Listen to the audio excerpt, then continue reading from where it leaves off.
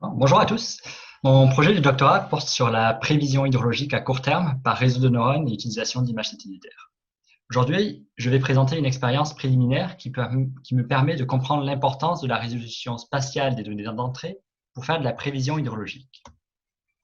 Faire de la prévision hydrologique peut se résumer très simplement à aligner trois éléments: une entrée, un modèle et une sortie.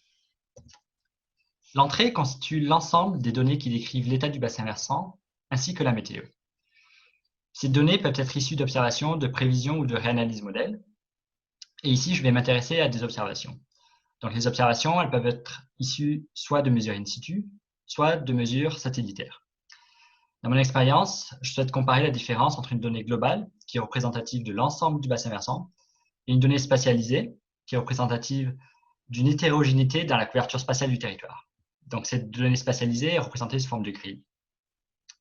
Donc finalement, on peut assimiler cette expérience, à une comparaison entre une observation issue d'une mesure in situ, c'est ce qui correspond à la donnée globale, et une observation issue d'une mesure satellitaire, c'est la donnée spatialisée. Maintenant, concernant le modèle hydrologique, celui-ci sert à faire le lien entre l'entrée et la sortie. Ici, mon entrée, je vais considérer trois variables: la température, la précipitation et l'humidité du sol. Ma sortie sera le débit à l'exutoire du bassin versant. Et il faut savoir qu'il existe différentes structures de modèles. Et ici, j'ai choisi de m'intéresser au modèle de réseau de neurones qui fait partie de la grande famille des modèles dits d'apprentissage machine, plus connus sous le nom de machine learning dans la version anglophone. Donc, sa structure interne, je ne vais pas rentrer dans les détails, mais elle est construite de telle manière à établir des liens mathématiques et non plus physiques entre l'entrée et la sortie. Donc, enfin, concernant la sortie, donc ici, je m'intéresse au débit à l'exutoire du bassin versant Androscoggin, un bassin versant situé dans le Maine, aux États-Unis. Et je vais chercher à prévoir le débit un jour à l'avance.